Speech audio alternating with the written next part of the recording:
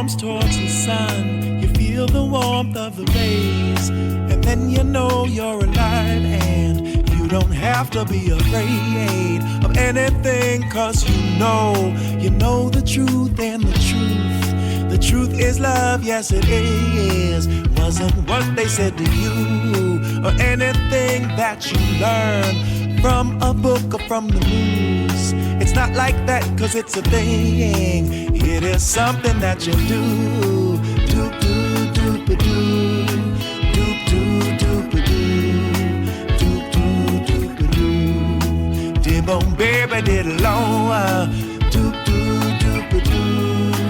Doop doop doop a doo. Doop doop doop a doo. Dib on baby did love's the highest truth. Nothing could be higher than love, my friend. Welcome to the Bassline, everyone. Dr. Toby Rogers has a PhD in political economy from the University of Sydney in Australia. His doctoral thesis, The Political Economy of Autism, explores the regulatory history of 5 classes of toxicants that increase autism risk. Dr. Rogers is a fellow at the Brownstone Institute for Social and Economic Research, where he writes about the political economy of health, corruption in the pharmaceutical industry, and the revolution we need to stop the epidemics of chronic illness in children. He's also the custodian of a sensational Substack. It is with resounding enthusiasm I welcome to the Bassline Dr. Toby Rogers. Dr. Rogers, how are you today? Thank you so much for joining us. I'm well, Jeremiah. Thank you for having me on your show. I've been following your work on Twitter and elsewhere, and I'm just delighted to have the chance to have a conversation today. Oh, I'm so thrilled. Well, first of all, I wish I had known of your work sooner. In my gathering of information over the past few years, I think it was, it was less than a year ago, honestly, that under one of my articles, there was a comment saying, you need to talk to Toby Rogers. And I wasn't familiar with you yet, unfortunately. But as soon as I became familiar with your work and who you are, I said, yes, I do want to talk to this individual, very much so. And as I mentioned in my email to you, or in my message to you a couple days ago, it's just been a thrill hearing your previous interviews, going through your Substack, and all that you have to say. I think you're a really important figure, and I'm really pleased and honored to have you as my guest. And I'm also going to mention, as far as the general discussion of vaccines, which have been discussed on this program on many occasions, the main focus has been on the COVID so-called vaccines that were mandated, that, took society and, reworked our entire society based on forcing people to take these medical products. But at the same time, there is the broader discussion of vaccines in general. And of course, when we talk about vaccines, one of the controversial issues is, are vaccines related to autism? And from what I've noticed as a member of society, as an observer, and now as a father who's more than an observer, as someone who needs to make medical decisions for my family, what I'll say in general before I ask you officially the first question is, I've noticed, and actually it was the words of Aaron Kheriaty, I thought put it perfectly, where he said that the conversation around vaccines has been policed. And I thought that was very true. I find it very strange that when people would like to know more about the regulatory process, about the potential dangers of certain medications, that instead of being informed, instead of an intelligent discussion occurring, usually it's, you just lambaste the person, you're an anti-vaxxer, you're this, that, and the other thing for wanting to know what's being injected into you, which I just find it so ironic. I pointed out in my last Substack article, why is it that we would commend someone for being an educated consumer in any other example, but when it comes to stuff being injected into your body and into your children's bodies, you're supposed to, be quiet and take your injection? And, you're going to be called names for asking, well, is there potential harm here? These various adjuvants and so on and so forth, are they potentially harmful? We should know more about these things, but we're being discouraged away from knowing more, which is never the correct way of approaching things. It's always better for people to be more informed rather than less.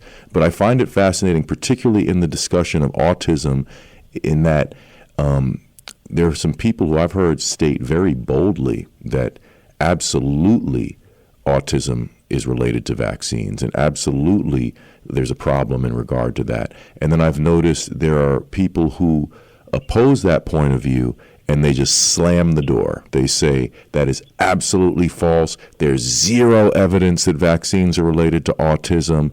That's all a bunch of conspiracy, boogaloo, et cetera, et cetera. So I'm very confused because I've heard people so adamantly from one side and the other say that vaccines are either related to autism or not at all. So you are known nationally for your work on autism, the cost of autism, and the problem of regulatory capture, which I think is just a massively important discussion. Can you tell us the story of how you got started on researching autism?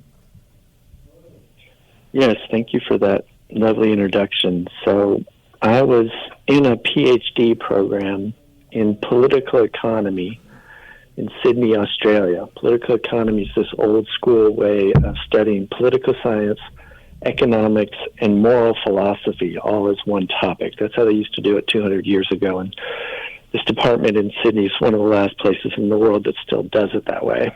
And I was actually working on a different topic, economist. We'll have to book you for another show just so we could discuss that, because that's utterly fascinating. We will. It's fascinating. And so I was enjoying life in Australia, working hard, but Australia's paradise. And 1 year into my program, my then girlfriend's son was diagnosed as being on the autism spectrum. Now, this was confusing for me, and I had a lot of time in the PhD program, to structure my studies however I wished. So I just innocently decided to set aside one day to read everything I could about autism, just to wrap my head around what was happening. And I just wanted to make sure that the CDC knew what they were doing and we were in good hands so that I could get back to my work on Adam Smith. So I went over to the CDC's website, and at the time they had a page titled Understanding Risk Factors and Causes of Autism. I thought, this is just what I need. I think they've since taken it down, but this is what existed back in 2015 when I started working on this. And they list 6 factors. Well, 3 of them blame genetics. And immediately that raised red flags for me, because there's no such thing as a genetic epidemic. The human genome just does not change that fast. And what I was trying to understand was the sharp increase in autism prevalence. So the first autism prevalence study back in 1970 by a guy named Trefford in Wisconsin showed an autism rate across the whole population of 1 in 10,000 children. Well, by the time I started researching autism in 2015, it was already up to 1 in 44 children. It's just this massive increase. By today, it's 1 in 33. So the notion that we're suddenly going to blame genetics, that doesn't make sense, unless you're like downwind of a nuclear test site or something like that. There's no way the human genome would change that fast. Right. So the first 3 factors didn't make any sense. And the 4th factor they say is, well, I'll read it to you. It's straight. I have a screenshot from the Wayback Machine. It says, when taken during pregnancy, the prescription drugs valproic acid and thalidomide have been linked with higher risk of autism. Well, now another red flag goes off for me. So valproic acid is used to treat epilepsy, and it's really toxic, and you would never prescribe it for a pregnant woman. It's contraindicated. It would be medical malpractice to prescribe valproic acid for a pregnant woman. And thalidomide as you know, is linked with birth defects and whatnot in the 50s. Well, it was never approved for use in the United States, and it hasn't been on the market anywhere in the world for 50 years, except for certain research labs. So they're blaming valproic acid and thalidomide, even though that couldn't possibly be linked with the sharp rise that we see in autism. So, and I'm in a PhD program. So in a PhD program, you're required to read original sources, not just secondary sources. And so I'm reading all their footnotes and I'm reading all their citations. And what the CDC is saying did not make sense. There was just this massive gap between what they were saying and the reality on the ground that I already knew about as far as autism rates and whatnot, and what was actually in the studies that they cited in their footnotes. And this was a completely bewildering experience. I felt like I was losing my mind, because how is it possible that the CDC is saying these things about this major crisis, autism, and their arguments fall apart fairly quickly? I mean, I was able to figure this out in 8 hours. And so I thought, surely I must be doing something wrong. So I spent a second day and a third day and a fourth day and a fifth day reading about autism, reading everything I could, reading all the official, CDC, NIH, FDA publications, reading medical journals. And I'm at this world-class university, so I have free access to any medical journal in the world. And I'm reading the alternative literature, and I'm trying to make sense of it. And so eventually I changed my doctoral thesis topic to the political economy of autism. And I spent the next 4 years reading about autism, 12 hours a day, 7 days a week, in the basement of a library at the University of Sydney. And I read nearly everything that's been written on the causes and costs of autism. You didn't injure your eyes doing that, did you? That's a lot of reading. Thankfully, I enjoy such things. But it was, I'd stumbled upon the biggest political autonomy story of the last century. This massive epidemic, government is doing nothing, public health agencies are lying about what's happening. Sounds familiar. I stumbled upon this massive story. And so I wrote it up as my doctoral thesis. It passed rigorous external peer review, and I got my PhD for doing this work in 2019. But this was sort of the end of the era. It was the last time you could do an honest assessment of the data, have it be honestly evaluated by external reviewers, and have it pass. Now everything is so politicized. It's so radioactive and polarized. I couldn't do that same research today. It just wouldn't be allowed, given how politicized this debate has become. Wow. Yeah, one thing that occurred to me as you were speaking that I just find to be a key point in my mind in terms of all that we've experienced over the past few years, and then looking back, it's kind of a general theme and tone in dealing with the medical industry at this point, is I'm just completely blown away at the sort of shooting from the hip type of feeling that you get when they're sort of, it feels like, again, grasping for straws to explain things. They don't have solid explanations for things, but then there's this really arrogant sort of do what we say attitude on the other hand. Like, I compare it to a basketball coach who coaches a team with a terrible losing record, but for some reason thinks he's coach of the year. The arrogance of their disposition towards the patient, towards concerned citizens, when they don't even necessarily claim to know what's going on in a lot of cases. Oh, it might be genetic, it might be stress, it might be environmental, we're not really sure, but here, take this intervention. We're sure about that, and we're sure it's not harmful long-term or short-term. Can I ask you, Dr. Rogers, this is such a broad question. I'm sorry to ask such a broad, but I think sort of fundamental question to this discussion is, I've always been somewhat confused in terms of what is autism? It's such a huge range of symptoms that are described as autism at this point. And there's even sort of, I don't remember which magazine it was specifically off the top of my head, but I remember seeing on the cover of a prominent magazine, it could have been something like Time or People magazine, one of those really popular commercial magazines, and they had Barack Obama's face and some other prominent figures illustrated on the cover, and the autism spectrum, who's on it? And there's the sort of implication that a brilliant person, an utterly brilliant person, might be slightly autistic. So there's the negative connotation of being autistic in terms of not being able to function in a normal sense, and the broad range of symptoms associated with that. But then there's also this notion that if you're autistic, you might be actually an extraordinary genius, and trying to use autism as an explanation for the brilliance of certain individuals. What is autism in general? I mean, how could you summarize that for us, if possible?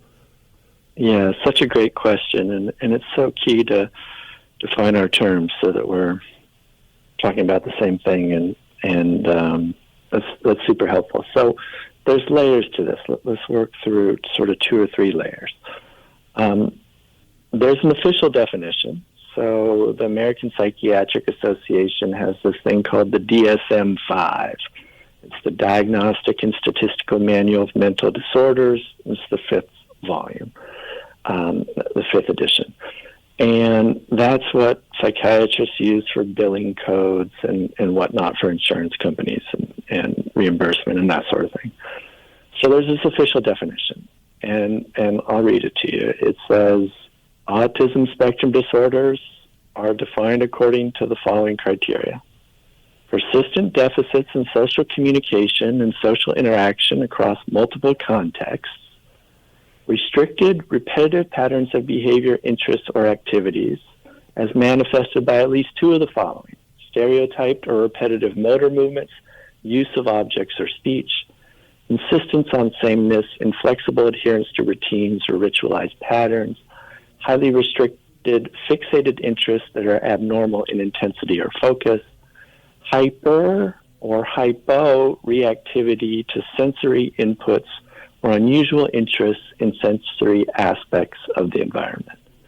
Now, that definition doesn't really help us that much as far as understanding autism when we see it. And what that definition misses is the complexity of autism. So there's this saying in the autism community that if you've seen one case of autism, you've seen one case of autism. What that means is it doesn't necessarily help tell you about other cases.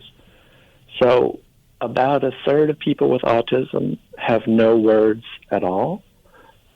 Those who do speak often engage in what's called echolalia. That's repeating sounds and word patterns that they hear from others or from the TV or from a Disney movie or something like that. Comorbid conditions are really common. So lots of people on the spectrum have gut issues, inflammation, seizures, chronic pain. And when it's difficult to communicate and one is in pain, meltdowns are common, behavioral meltdowns, and really difficult to resolve. They can last 10, 12 hours. So one way that I think about autism, and others in the community have described this as helpful, is we have at least 5 senses. We have many more than that, but for the sake of keeping it simple. Don't forget the sense of humor. Exactly. So touch, sight, hearing, smell, taste. And with people on the spectrum, various senses of these 5 are either turned way, way up to the point where they become painful or turned way, way down. So, no, we have senses that go beyond those, but, and those senses are turned way, way up or turned way, way down. And the pattern varies. So one person might be particularly sensitive to sound, but not to smell. Others might be particularly sensitive to bright lights and loud sounds, but not have issues with food, with taste, and that sort of thing. And so of course, if you have variation across all the different senses, either turned way up or turned way down, it's going to create different patterns, right? No one definition is going to match all of those different manifestations of autism. But But the bottom line of this, and what the American Psychiatric Association, CDC, mainstream media, and the rest miss, is that all of this is what one would expect from a mass poisoning of society. So with any toxic exposure, there's a natural distribution curve across a population. Every human body is different, so every human body reacts to a toxicant differently. And we don't exactly know what the pattern is with autism, whether it's a bell curve or an inverted bell curve, or there's all sorts of different patterns of the ways that a toxicant impacts a whole population. But some people are not impacted very much. Some people, in fact, may be helped somewhat by this toxicant, the geniuses that you mentioned in the question. Most people are impacted somewhat, and then there are severe cases, in the case of autism, about a third of cases, where people are quite injured. So there's this enormous variability, but what the variability is pointing us towards are toxicants in the environment that are causing this broad range of harms in development, in bodies, in minds of these developing children. Right. This is really interesting stuff. I learned a lot right there. Very clarifying and really interesting. I want to ask you, and you know, I hate to shift so suddenly because, I mean, you know, we should dedicate several hours to just this discussion, in my opinion. I think it's extremely important, and your research is, you know, critically important. And, you know, I think everyone, I want to right away say, please, we're going to mention this again, but please follow Dr. Toby Rogers on Substack. His Substack is an institution unto itself. It's phenomenal. He's producing some really excellent content there. And as I've stated on this program repeatedly, for all the terrible things that are going on, we are in an exciting era of information sharing now. So we can at least enjoy that positive silver lining of what's going on. We can go right to the horse's mouth at this point. We don't need all of these unnecessary intermediaries with commercial interests filtering our information.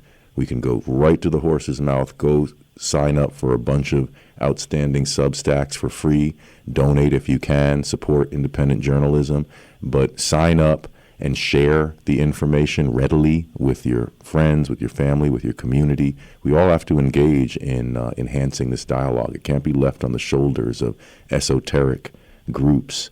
We need to start teaming up and owning up to what's going on here. But I want to shift now to something I know you've written about extensively, and something that is a major theme on this show, and something that I'm genuinely fascinated about still, which is the COVID-19 vaccines. And I'd love for you to give us an overview on the research you've done in regard to that. And I want to ask you, generally speaking, what are your feelings about the harm inflicted by these shots? I know that you've stated that they're harmful. I know you're not in favor of these injections. And I'll just say personally, before you answer the question, I'm in a very interesting place, I guess, around the discussion of these interventions, unnecessary interventions, in my opinion, harmful interventions. But I'm very unclear. I'm trying to figure out literally on a daily basis, what's the actual harm being done? It's sort of hard to grasp, because I've seen enough examples. And you could say, oh, it's only anecdotal. Well, yeah, you know what? I have enough anecdotals. I'm not even going to start going into them, because there's so many anecdotal things that I've noticed in association with these shots that I'm saying something is wrong here. I actually don't even care what a scientist or so-called expert says. If they say there's nothing wrong, well, I'm noticing something is definitely wrong. Like if there's smoke, there's fire. But I'm trying to figure out what is the full extent of the damage being done, because one point that I've been making, and I think it's a valid one, is that, you know, when you administer something over, you know, a global population, billions and billions of people, even if 1 in 10,000 people, 1 in 100,000 people, even 1 in a million people were injured by this, in some cases killed, you add up all those people out of the billions, and it would be a small percentage of people, but a large number of human individuals, human souls who have been crippled or killed by these shots. And I'm amazed at the total disinterest on the part of vaccine pushers, poison pushers, as Dr. Ben Marble has called them on this program, who they just, it's rare, but they're not specific at all about, well, how rare specifically? I mean, 100 people have died, 1,000, 10,000. I mean, how rare? They're not interested. They just say rare, and they're very content with that. So please give us an introduction in terms of your research into the COVID-19 injectables. And I would love to hear your answer to a question that I've been asking my guests recently, which is, do you, in your opinion, do you think it's possible for someone to have received one of these shots and have not harmed their health to some extent or another? You used a great phrase, I guess, that alludes to what I'm referring to, which is distribution curve, you said previously. How is this working? Is 1 in 1,000 people getting injured, or are we going to see effects in years to come? What do you think about all of this stuff, about the harm that's been inflicted, and how has your research guided you up till this point in regard to that subject, the mRNA injections? Yep. So I never intended to be researching any of this. I was just trying to solve a problem, which is trying to understand why my girlfriend's son had autism. And in the process of trying to honestly understand that problem, I started reading toxicology studies. I've read more toxicology studies than just about anybody else I know. And I did a master's degree at Berkeley before going off to do a PhD, so I have a ton of statistics and econometrics and training in working through, correlation and risk factors and odds ratios and all that sort of stuff. So just concluding the conversation on autism, I identified 5 risk factors from the literature that increase autism risk. So mercury from coal-fired power plants, ingredients in plastics, pesticides and herbicides, electromagnetic frequencies, so cell phones, towers, and then pharmaceuticals. And in particular, there are problems with Tylenol, SSRI antidepressants, and vaccines. And make a long story short, the first 4 factors, mercury, plastics, pesticides, electromagnetic frequencies, well, that sort of creates the background conditions, a general toxic load for kids that's too high. And then vaccines seem to push kids over the edge into autism. And look, I was a true believer in vaccines. When I graduated from my master's program, when my parents asked me what I wanted for a graduation present, I said more vaccines. And I went to this traveler's clinic and got more shots. That's how much of a true believer I was. Wow. But when I actually worked through the literature, it turns out that vaccines are much more dangerous than we've been led to believe. They're given too early in the developmental cycle. Now they're given during pregnancy. They're given on the first day of life. There's way too many shots way too soon. It overwhelms the immune system and a child's body and its detoxification system. And we see something like 80% of kids who develop autism regress into autism. They were developing normally, and then something happened, and they lose speech, eye contact, social ability, and that sort of thing. Right. So I had discovered these problems with vaccines and autism in doing my PhD research. But in doing that work, I also saw how the pharmaceutical industry works and how they rig studies and how they capture regulatory institutions and how they shape the media. And so I knew the pharmaceutical industry's playbook and how they operate in society. So when I graduated in 2019, This is still pre-COVID, right? So the pharmaceutical industry was running these vaccine mandate bills in nearly all 50 states. And the reason they run these vaccine mandate bills for kids to go to school is so that they can wipe out the unvaccinated control group, which is too healthy, and makes them look bad and shows the harms from their product. So I jumped into the fight with these medical freedom groups, with warrior moms and dads on the ground in Colorado. We defeated a bad bill in Colorado. I worked with parents in Oregon. We defeated a bad bill in Oregon. Then in California, I worked on a bill there, SB 276, which was disastrous. It removes all medical exemptions to vaccination in the state, which is complete madness. And we lost that vote because the pharmaceutical industry just opened up their checkbook and just bought the vote. And then we lost in New York.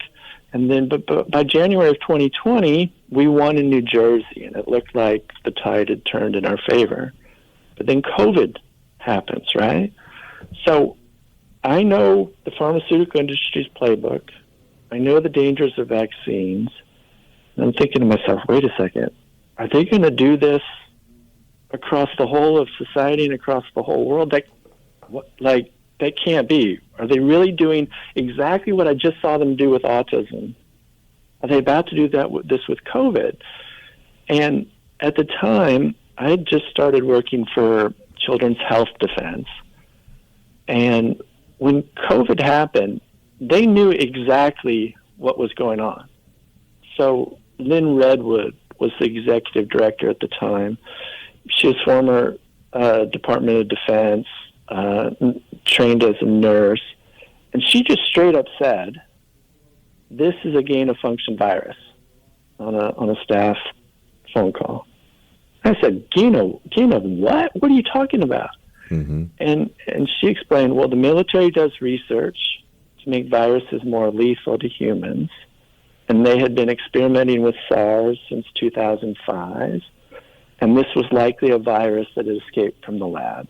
And so I knew how evil Pharma was. I had no idea the lengths to which the corruption goes. I mean, it's just mind-blowing how far it goes. So I wrote one of the first articles on the Wuhan lab leak. I wrote one of the first articles on deaths of despair that would likely result from lockdowns.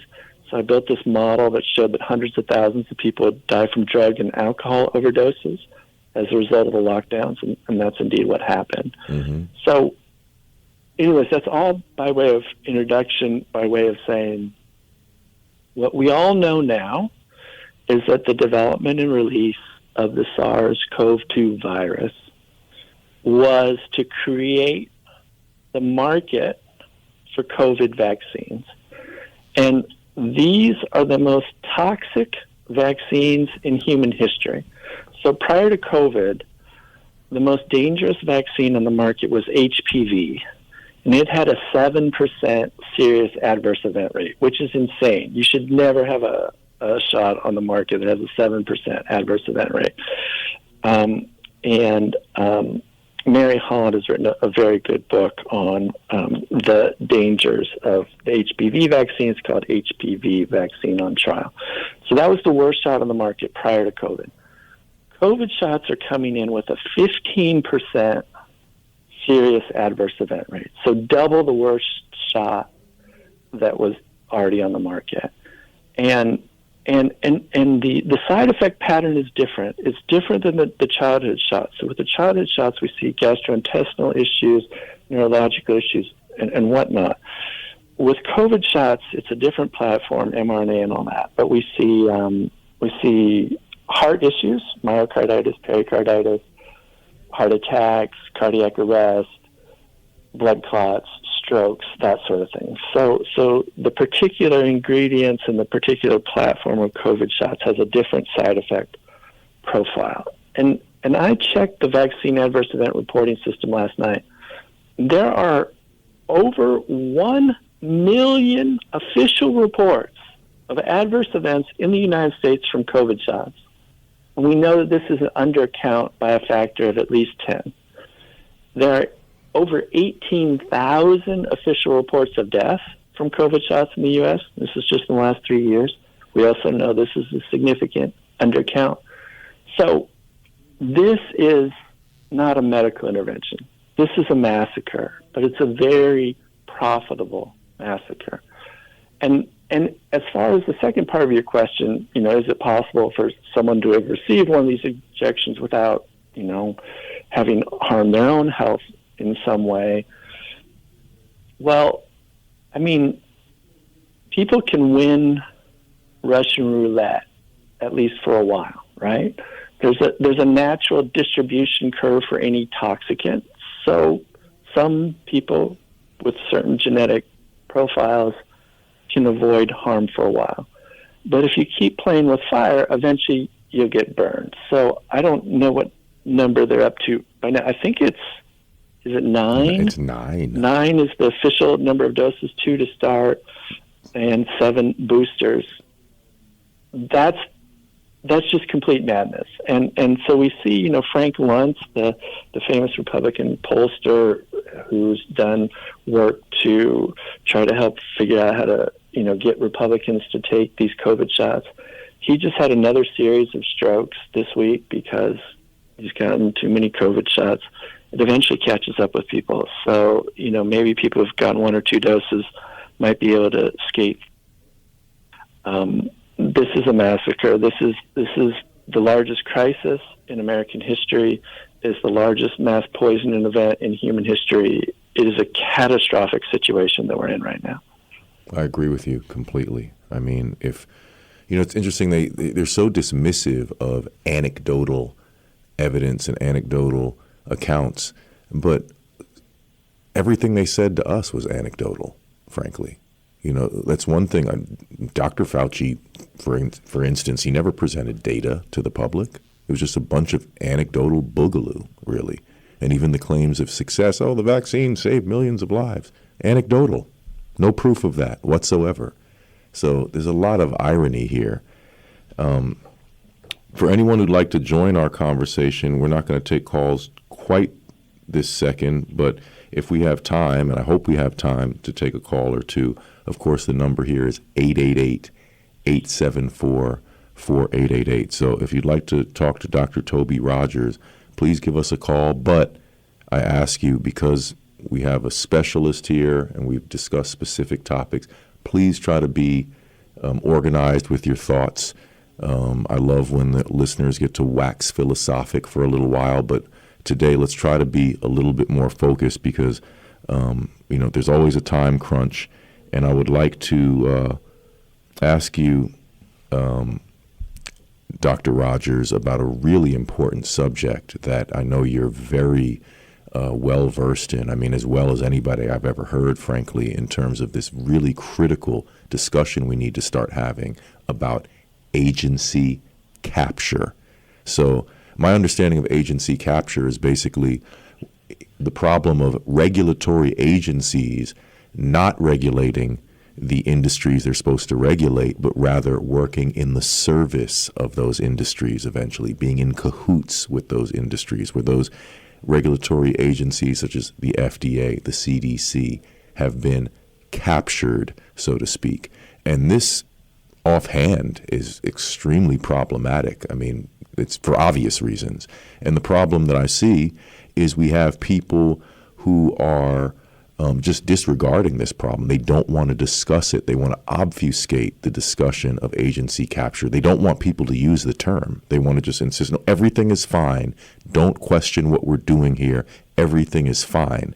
But then you have good guys who aren't familiar with the term agency capture, and they need to have this term readily available and start researching it and start making other people aware of, we have a problem in this country of agency capture. So that being said, Dr. Rogers, can you give us some insight into this problem that we have, this severe problem of agency capture? And it was epitomized, I think, in the approval of the bivalent shots and the boosters and a lot of really I don't know what the word is, unprofessional almost, unimaginable processes that went on with the approval of these rushed to market shots. So please give us an overview of this serious issue of agency capture, please. Yes, what a wonderful question. It's really the heart of the matter. So what I discovered in my PhD research is that autism is not a scientific mystery. We know what's going on with autism. If you read my thesis, you will know exactly what's causing autism. Autism is a problem of regulatory capture. The regulatory agencies, in this case public health agencies, they're supposed to be protecting the public interest, actually work for the pharmaceutical industry and protect the profits and the interests of the pharmaceutical industry. So when I started my PhD research, I believed I could show that the federal committee that approved the use of the hepatitis B vaccine for children was riddled with conflicts of interest. And that was the case, of course. But my question itself showed how naive I was at the time. What I discovered is that the pharmaceutical industry does not leave anything to chance. Pharma has not just captured one committee in Washington, D.C. Pharma has captured the entire knowledge production process in science and medicine. And here's what I mean by that. Pharma has captured medical school textbooks, they write them, and the medical school faculty.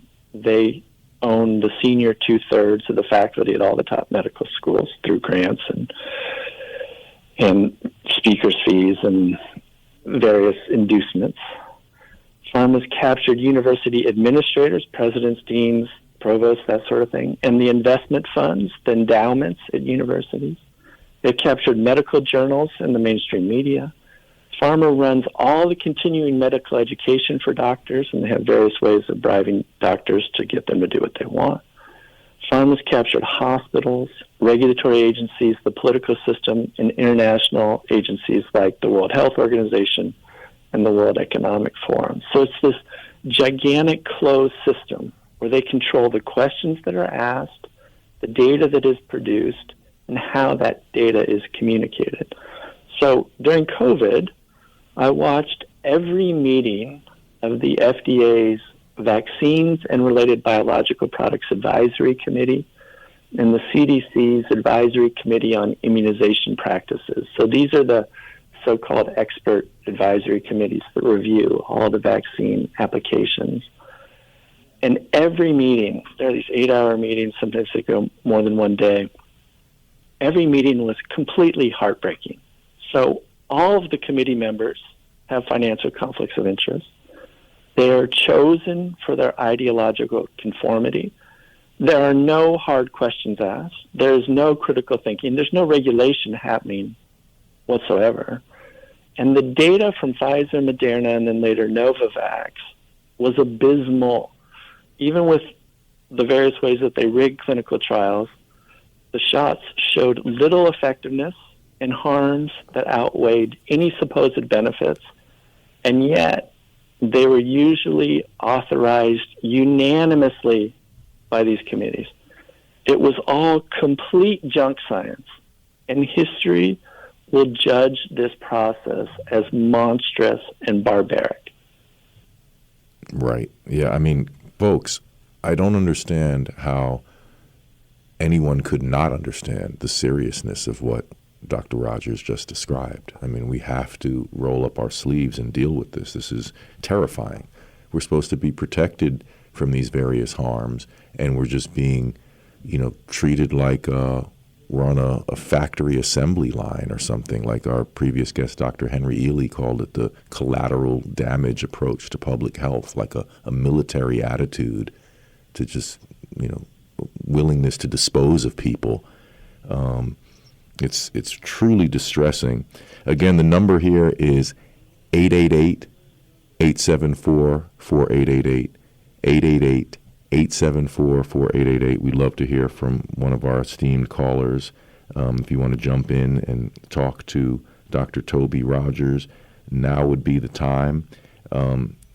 before we even forget to do so or run out of time, please tell us, Dr. Rogers, everything that we need to know to follow your work. Yeah, so Substack is the best place to find me. My Substack is just tobyrogers.substack.com. I'm also on Twitter at Utobian. That's Utobian. It's a play on the word utopian, but using my name Toby as the base. And all of the things that we've discussed here are reviewed on my Substack and on my pinned tweet on Twitter as well. All the citations, all the links. There's links to my doctoral thesis. So if you want to do more research, it's a resource for you to take a deep dive into any piece of this conversation that you might have found interesting. Excellent. Yeah, I strongly encourage you again, please subscribe to his Substack. Please subscribe to mine. And in general, go track down a bunch of really good Substacks that you like to follow, and you have a trove of information and various thoughts available to you to guide you forward in this ongoing struggle for truth. We have a phenomenal caller on the line. We have my friend Eduardo from Brooklyn on the line. How are you today, Eduardo? Good to hear from you. My dear brother, it's a pleasure to be with you, especially with the distinguished guest that you were able to have for us. Last year in March, I came across this absolutely remarkable revelation that was put forward by Ed Dowd, the epidemic of sudden death. And I did everything that I could to spread the word regarding the connection between the vaccines and what the morticians in funeral homes were seeing when they were examining cadavers and the difficulty that they were having trying to do that. Now, the problem that I am facing is there is no question that there is a connection with the COVID vaccines. And yet, there is so much reluctancy and hesitancy from the majority of people to even fathom that this is a possibility. And I'm very, very curious to find out what does the good doctor feel we can do as citizens to continue to push forward a different narrative. And I'll give the audience back to you. That's a great question. Yeah, it really is. Eduardo, thank you for being so thoughtful. I love Ed Dowd's work. Ed Dowd is similar to me.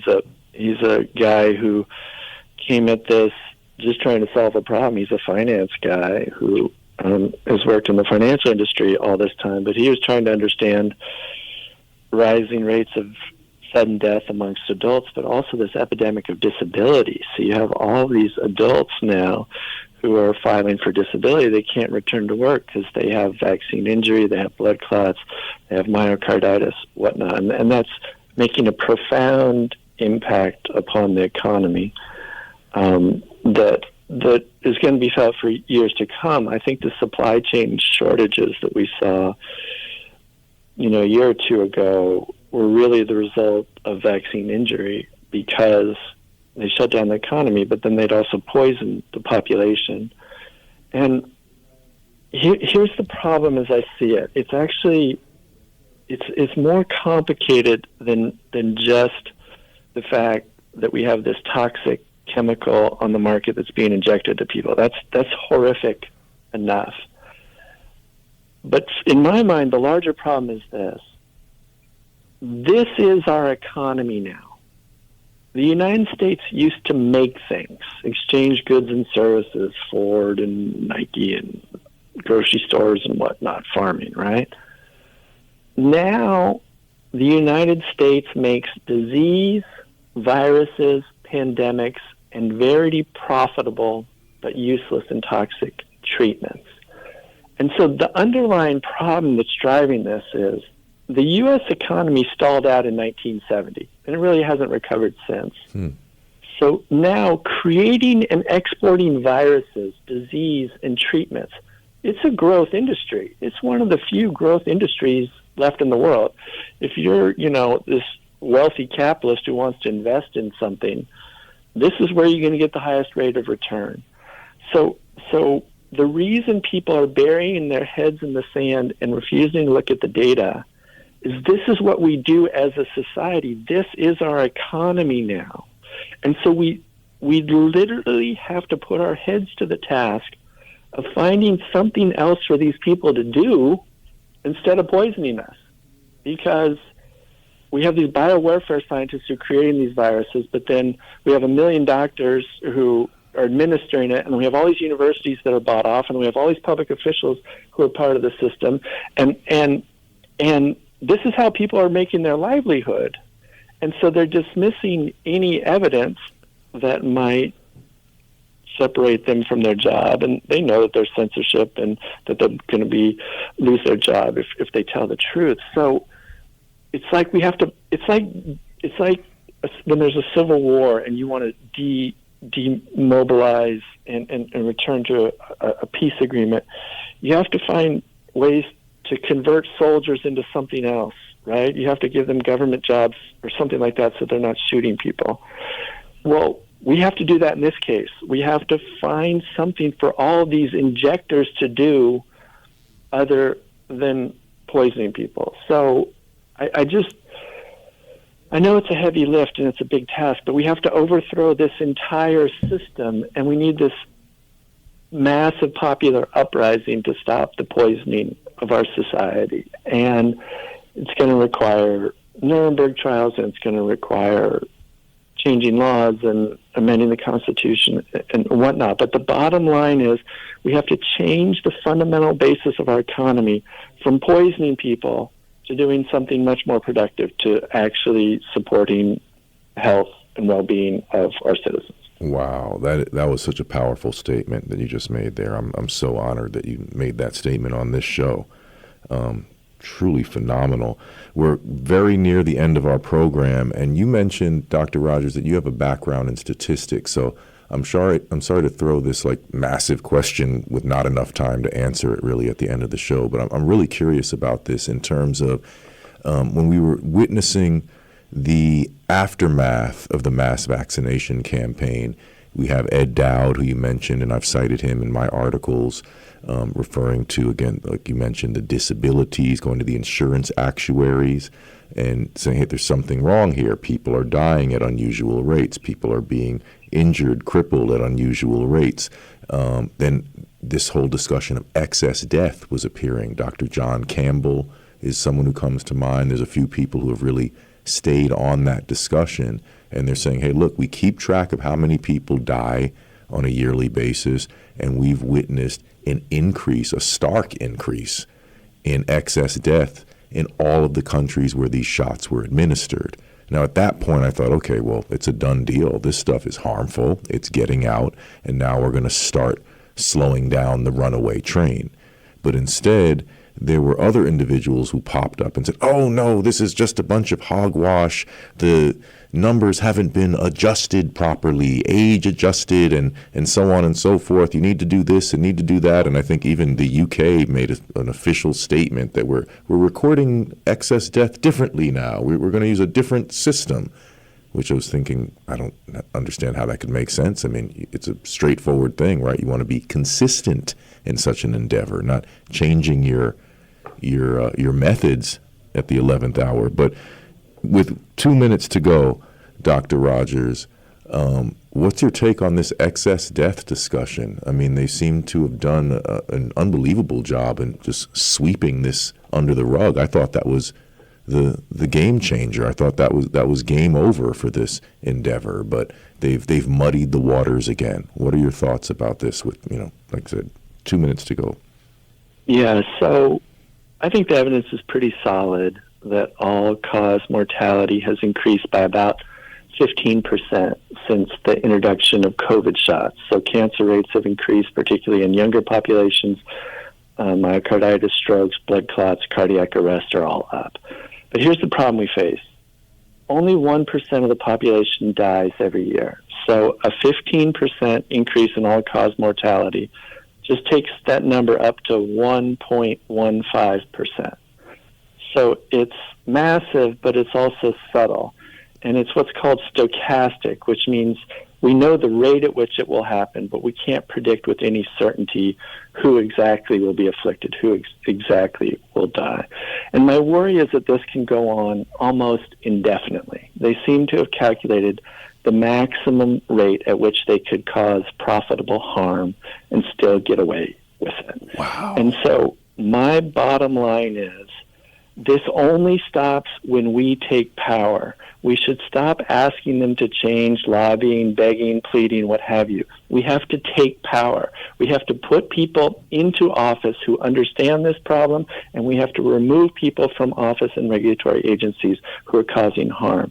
The people who've caused this harm to us are not going to reform themselves. They must be replaced. And so that is the task that we face as Americans right now, is that we have to get these people out of office and out of their jobs who are causing harm and replace them with people who understand exactly what we've just been talking about. Well, that was a slam dunk to end the basketball game, everyone. Toby Rogers is a phenomenal individual, and just thank you, Dr. Rogers. You really lit it up today. I'm so honored that we were able to have you as a guest, and I can't wait to continue to learn from all of the incredible information you make available to us. So just thank you so much, from the bottom of my heart. Seriously, I consider you just a hero and an institution in your own right. So thank you so much for all that you do, and thank you for appearing on this program today. Well, thank you so much for having me on the show. It's been wonderful to speak with you. Well, this will be archived on Monday. I'll send you the link, and hopefully all of you guys who enjoyed this program, you can forward it to friends, family, concerned citizens, etc. That's our time for today, everyone. Thank you for listening. Please tune in next week.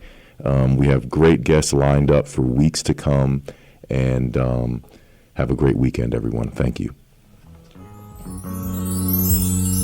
When you walk with open arms towards the sun, you feel the warmth of the rays.